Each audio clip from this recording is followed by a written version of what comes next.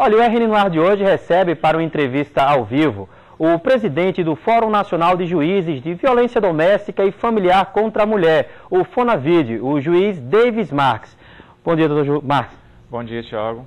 Falar um pouquinho a respeito do fórum que acontece a partir de amanhã aqui em Natal, né, um fórum nacional e que vai acontecer aqui em nossa capital. Eu queria que o senhor começasse falando do porquê Natal e da importância dele se realizar aqui em nosso estado. Certo. O FONAVID é o Fórum Nacional de Juízes de Combate à Violência contra a Mulher. Ele tem 9 anos já. Ele nasceu durante a terceira jornada Maria da Penha do Conselho Nacional de Justiça. Ele foi criado, né, é um filho do Conselho Nacional de Justiça, há 9 anos atrás. E a cada ano ele é realizado em um estado. Então há um estado sede a cada ano que é eleito pelos tribunais. E para esse ano 2017, o Tribunal do Rio Grande, o nosso estado do Rio Grande do Norte foi eleito como sede. O que é o FONAVID? O FONAVID é um dos maiores movimentos do mundo de juízes que se reúnem e se articulam em todo o Brasil para enfrentar a violência contra a mulher, debatendo, trazendo as peculiaridades dos seus locais, compartilhando as suas experiências com os demais juízes, compartilhando as suas boas práticas com os demais juízes e trazendo as questões jurídicas também que às vezes surgem de acordo com os fatos que vão aparecendo, Aqui no nosso estado, por exemplo, doutor Davis, como está a questão da violência doméstica, a questão familiar? O senhor tem números ainda aqui de estimativas e quais são essas boas práticas que nós teremos para compartilhar com outros juízes do Brasil? Certo. O FONAVID, como eu disse, é um movimento de juízes, e ele funciona de uma maneira contínua, mas tem esse momento ao final do ano em que todos os juízes estão reunidos. Então nós vamos ter cerca de 200 pessoas, juízes e suas equipes multidisciplinares, são psicólogos e assistentes sociais que trabalham nas varas. Durante 4 dias nós vamos ficar reunidos, passando desde forma de palestras que estão necessárias para melhor formação do magistrado, a oficinas de boas práticas e aos grupos de debate. Nessas oficinas de boas práticas, o que nós fazemos? Foram selecionadas as melhores boas práticas que os juízes desenvolveram em todo o Brasil. Essas boas práticas vão ser trazidas para Natal e os juízes vão poder compartilhar com os demais. Cada boa prática vai ser compartilhada com os demais magistrados. Então nós vamos poder receber esse know-how para poder implementar nos nossos locais de trabalho, no nosso estado. Um dos projetos muito interessantes que vai ter, por exemplo, é um projeto de São Paulo, que vai ser exposto, eu não tenho detalhes, que ele vai ser exposto durante o evento, que é um projeto que visa a dar um suporte para as vítimas que são vítimas de violência e que sofrem alguma deformidade na parte dentária, vítimas que foram agredidas e que tiveram os dentes danificados. Através desse projeto, visa acolher essas vítimas e restaurar aquele dano que foi sofrido, o dano físico. Então há alguns dentistas que participam desse projeto em conjunto com o judiciário. Então a forma como é desenvolvido esse projeto e tudo isso, esse juiz que desenvolveu vai trazer para os outros juízes para ensinar para que a gente possa replicar nos outros locais. Além dessas oficinas, nós também temos os grupos de debate, porque tem muitas questões jurídicas e muitas questões que surgem no dia a dia. Por exemplo, uma questão que agora está muito evidente, nós tivemos muitos debates recentemente referente à questão da mulher trans. A mulher trans, ela está abrangida pela Lei Maria da Penha?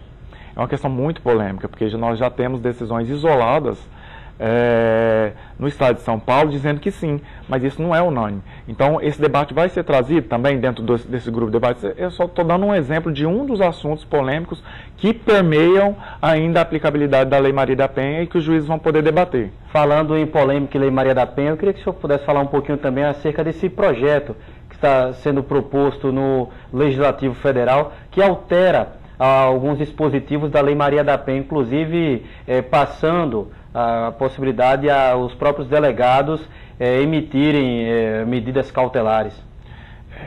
O FONAVID ele tem já um posicionamento em relação a esse projeto, inclusive emitiu uma nota técnica e que entende que esse projeto não é bom, ele fere a Constituição, ele é inconstitucional, então ele tem, além de ter em si uma inconstitucionalidade que pode fragilizar a Lei Maria da Penha, e se ele foi aprovado pelo Congresso, pelo Senado, mas ainda não foi sancionado pelo presidente da República, que ele tem até, salvo engano, até o dia 8, até amanhã para sancionar, né? Ou vetar. Se esse projeto sendo sancionado, possivelmente ele vai ser questionado no Supremo, a inconstitucionalidade desse projeto. E sendo inconstitucionado, sendo questionado, isso pode fragilizar a aplicação da lei, né? Porque nós já temos hoje uma lei estabelecida, considerada como uma das melhores do mundo, ou seja, se ela é uma das melhores, ela não precisa ser alterada. Ela não foi desenvolvida do dia para a noite, ela foi desenvolvida durante anos a fio, né? Por um grupo de pessoas, envolveu os legisladores, mas envolveu uma participação coletiva de grupos feministas, juristas, e essa alteração que está sendo proposta, é uma alteração que só tem uma categoria defendendo essa alteração, né? Todos os outros, OAB, Ministério Público, Judiciário, o Fórum Nacional de Juízes, a Defensoria Pública, os movimentos feministas, a própria Maria da Penha já se manifestou contra esse projeto, né? Então, não tem coisa boa por aí.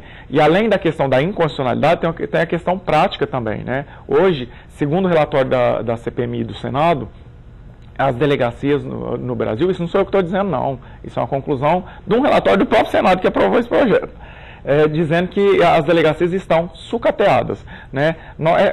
É certo que nós temos delegados muito bons, mas as delegacias em si estão sucateadas do ponto de vista de recursos materiais e tem déficits também do ponto de vista de recursos humanos. Eles não conseguem atender a função principal deles, que é investigar. Imagine agora assumindo uma outra atribuição, que seria uma atribuição própria do Poder Judiciário. Falando um pouquinho de violência, essa violência contra a mulher, eu queria que o senhor falasse qual o nosso cenário hoje aqui no Rio Grande do Norte, como é que nosso estado está nessa questão. Eu falo porque, como o senhor mesmo falou, a lei que nós temos no país, ela é referência até mesmo no mundo, mas ainda assim a gente vê diariamente essa violência contra a mulher. Por que não há esse freio na violência e como nós estamos enquanto Estado aqui? Na realidade, o número não significa que a lei é ruim. O número significa, na realidade, que a lei é boa. Por quê? Porque antes a gente não sabia a exata dimensão do que existia de violência contra a mulher, né?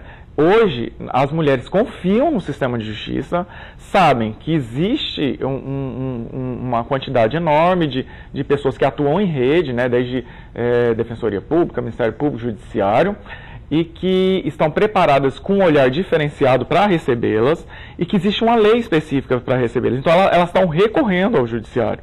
Esses números refletem aquilo que estava escondido anteriormente. O que ainda depende que deveria ser melhorado? A Lei Maria da Penha, embora tenha 11 anos já, ela não foi ainda totalmente implementada, né? Nós precisamos de muitas implementações ainda que não são referentes ao Poder Judiciário. Por exemplo, as casas-abrigo, nós temos aqui no estado uma aqui em Natal para atender toda a região metropolitana. É pouco, né? Nós temos ainda o interior em locais em que não há casa-abrigo nenhuma. Então nós precisamos, e isso é uma função do Executivo, municipal, estadual e federal. Nós precisamos tratar de gênero nas escolas. Essa palavra virou um palavrão hoje em dia, porque ela foi desconstruída e na realidade, ela está sendo distorcida.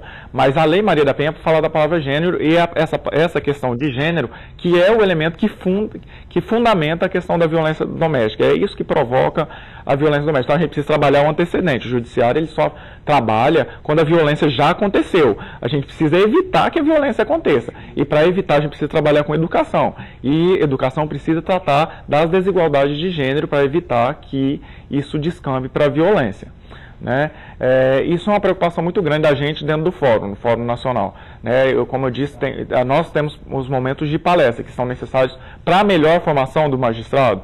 Então, assim, esse ano, a gente está trazendo uma professora da Universidade de Barcelona, da Espanha. E é uma pessoa que vem, porque é uma professora que trabalha com essa questão de violência de gênero e está vindo, contribuindo com essa causa. Ela vem por amor à causa, porque ela não está cobrando para dar essa palestra. Nessa questão da discussão do gênero, do juiz, eu queria que o senhor explicasse um pouco mais, porque há uma verdadeira divisão, polarização em todo o país quanto a isso.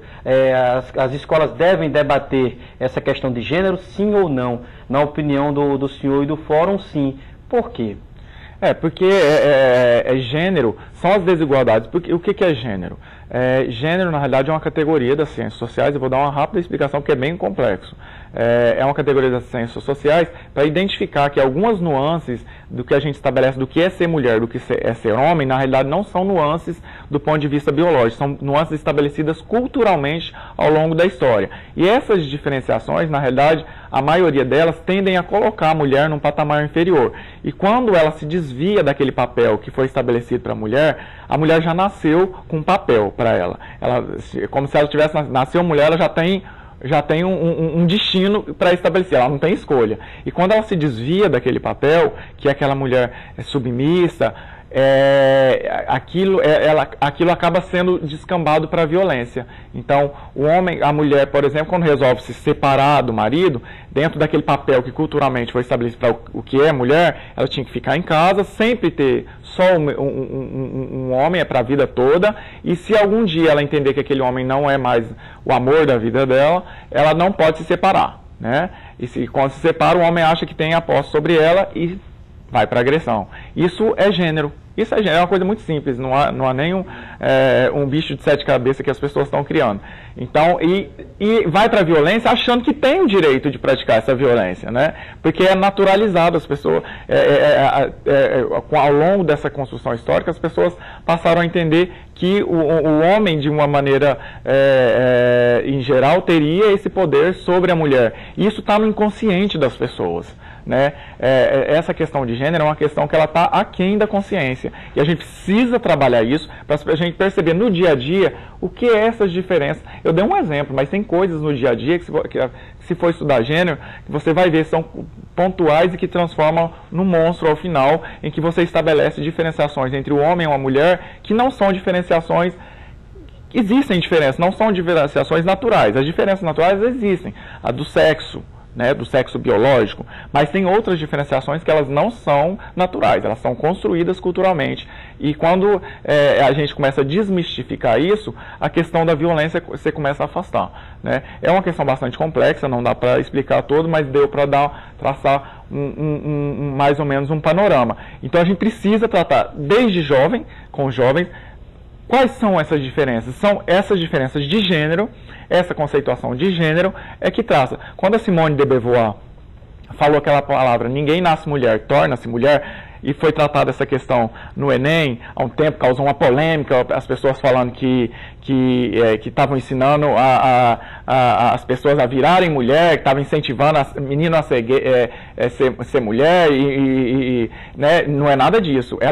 Quando ela disse, não se nasce mulher, torna-se mulher, não é do ponto de vista biológico, torna-se mulher a cumprir aquele papel que foi estabelecido à mulher, né? Aquele papel de submissão, de limpar a casa, de cuidar dos afazeres domésticos, de ser só a mulher que cuida dos filhos, de que a mulher não pode se separar, só pode ter um companheiro. Então, é isso que a gente precisa trabalhar.